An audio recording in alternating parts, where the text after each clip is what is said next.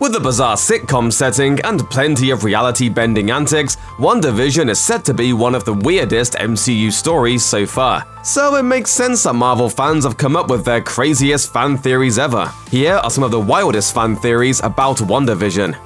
During the events of Avengers Endgame, the team managed to reverse the effect of Thanos' cataclysmic snap, restoring to life the half of the universe had wiped out after gathering together the 6 Infinity Stones. However, one notable exception was Vision, who was killed prior to the snap, and so was not among the heroes who returned for the final battle. And although Wanda certainly got some well-deserved payback against Thanos for killing Vision, it's obvious that she still misses him deeply.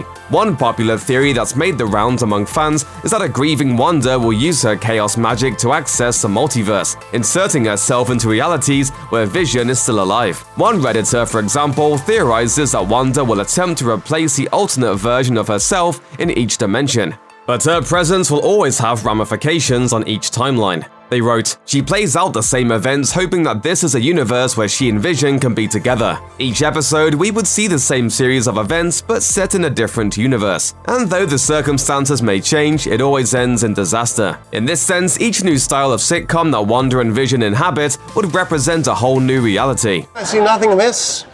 You have absolutely no reason to... No!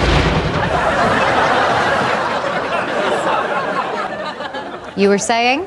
If that is the case, Wanda basically tearing her way through the multiverse is bound to have some truly devastating consequences.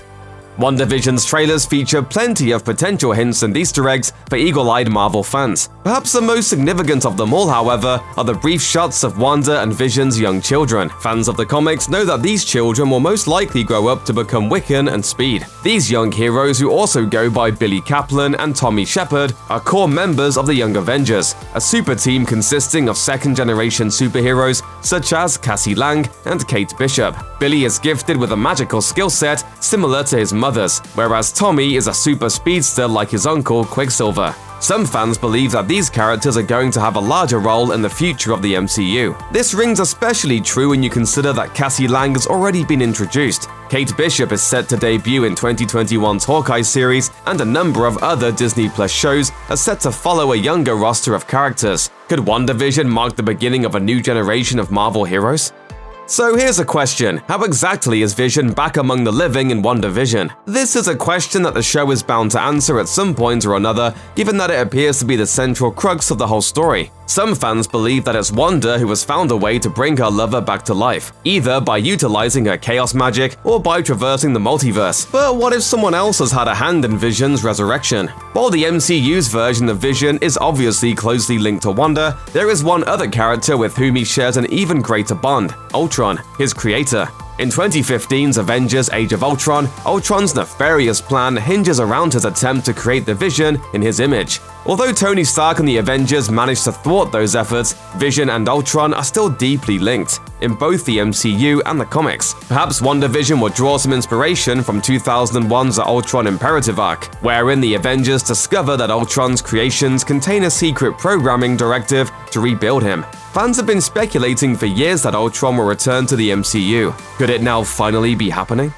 In the Marvel Universe, being a superhero means resigning yourself to an existence filled with sacrifice and tragedy. Even in that context, though, few MCU heroes have lost more than Wanda Maximoff.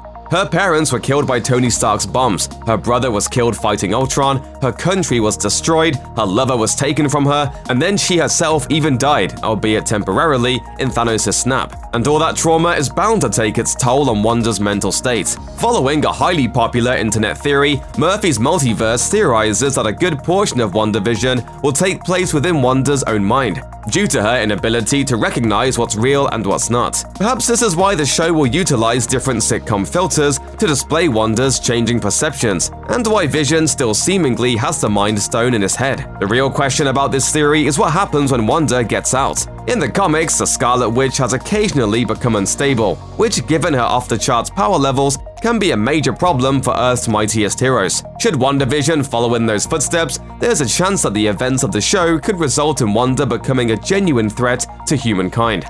Scarlet Witch first debuted in the MCU alongside her brother, Pietro Maximoff, aka Quicksilver, played by Aaron Taylor Johnson.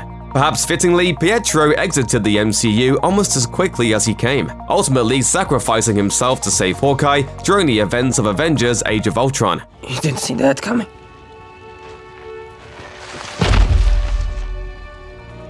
Of course, as any Marvel fan will tell you, death isn't always permanent when it comes to the world of superheroes. Keeping that in mind, it's certainly not out of the realm of possibility that Quicksilver could find his way back into the MCU. And if it were to happen, it only makes sense that Wanda would be the one behind his return. But what if the Pietro she resurrects isn't the Pietro she intended to bring back? In June 2020, Murphy's Multiverse reported that Evan Peters, who played Quicksilver in 3 of Fox's X-Men films, had landed a significant role in WandaVision. This casting set the internet ablaze with predictions that Peters would bridge the gap between the MCU and Fox's X-Men franchise. Perhaps Wanda, finally realizing the full extent of her powers, finds a way to peruse the multiverse in search of her brother, and inadvertently plucks a different Pietro from another reality. It'd be a strange move indeed, but considering a number of future MCU movies are set to do something very similar, it might just be likelier than you think. Elizabeth Olsen and Paul Bettany are the only MCU veterans returning for WandaVision. It's also been confirmed that both Randall Park's Jimmy Woo and Kat Dennings' Darcy Lewis will pop up in the show, although it remains to be seen just how important they'll be. If you're a gambler, you'd be wise to bet your money on the idea that Woo and Lewis are both now working with S.W.O.R.D, the planetary defense organization that helps protect the Earth. Some fans believe that S.W.O.R.D shows up in Westview after Wanda's alternate reality takes over, perhaps resulting in a dimensional dome that appears to form over the town. But what if S.W.O.R.D is the first team on the scene because they were the ones who caused the rift in the first place? It's no secret that Wanda has become one of the most powerful beings on the Avengers roster, but she's also garnered an unfortunate reputation in the process. Given her history, Wanda might be considered a threat to society by the government. Maybe S.W.O.R.D has found a way to keep Wanda trapped in a reality-warped prison. And this is where WandaVision really takes place. In the comics, Wanda has something of a checkered past. While she has undoubtedly experienced her fair share of heroic moments, she is perhaps most known for her failures, and one in particular: the destruction of 986,618 mutants in the Marvel Universe. In the lead-up to 2005's House of M storyline, the Scarlet Witch's powers became dangerously erratic, resulting in her killing her fellow heroes like Hawkeye, Ant-Man, and even Vision. After the Avengers and X-Men come together to try and get her back under control, Wanda first creates a reality wherein mutants are the dominant species, and then reverses it by simply muttering "no more mutants." Although many mutants eventually find ways to regain their powers, Wanda is permanently excommunicated by the X-Men and mutant kind for what she'd done. In a blink and you miss it shot in WandaVision's trailer, you can make out a wine bottle displaying the label Maison de Mépris, which is French for House of Misery, or if shortened, House of M. This image set the internet alight with theories that WandaVision could possibly draw inspiration from the House of M storyline. Since there are no mutants currently in the MCU, however, one popular theory suggests that Wanda will actually be responsible for creating mutants in the universe, perhaps even by saying, "No, more mutants." It's amazing the difference a comma can make, don't you think?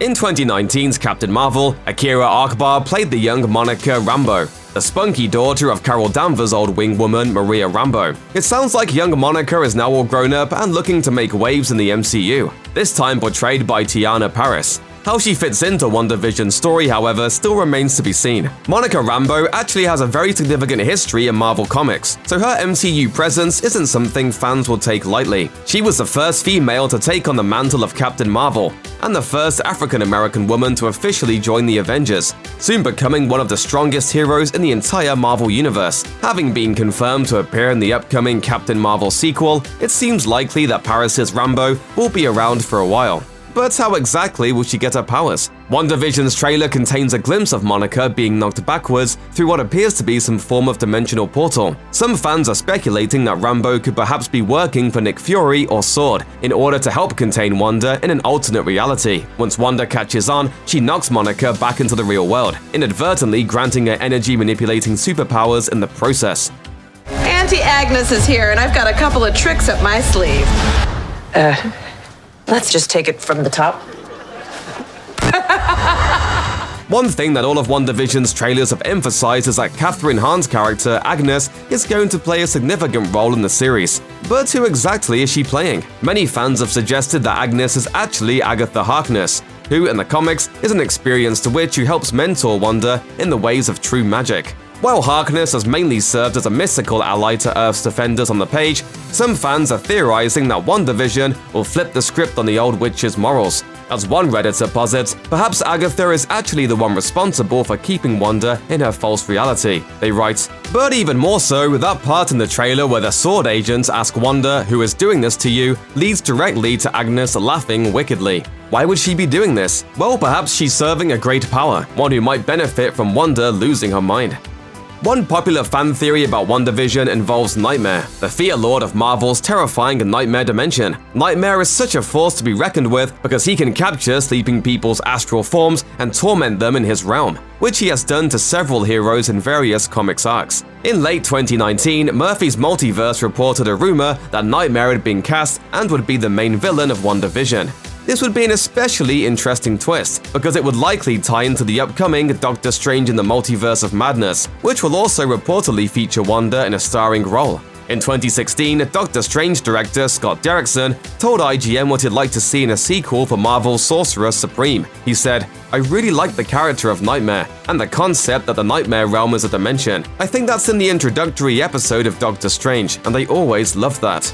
Obviously, Derrickson is no longer attached to directing the Multiverse of Madness, but the villain may well remain the same. Perhaps Nightmare is responsible for holding Wanda in her dreamlike reality? If so, it would set the stage for a heck of a cameo in the show's final episodes. Check out one of our newest videos right here. Plus, even more Looper videos about your favorite Marvel shows are coming soon. Subscribe to our YouTube channel and to the bell so you don't miss a single one.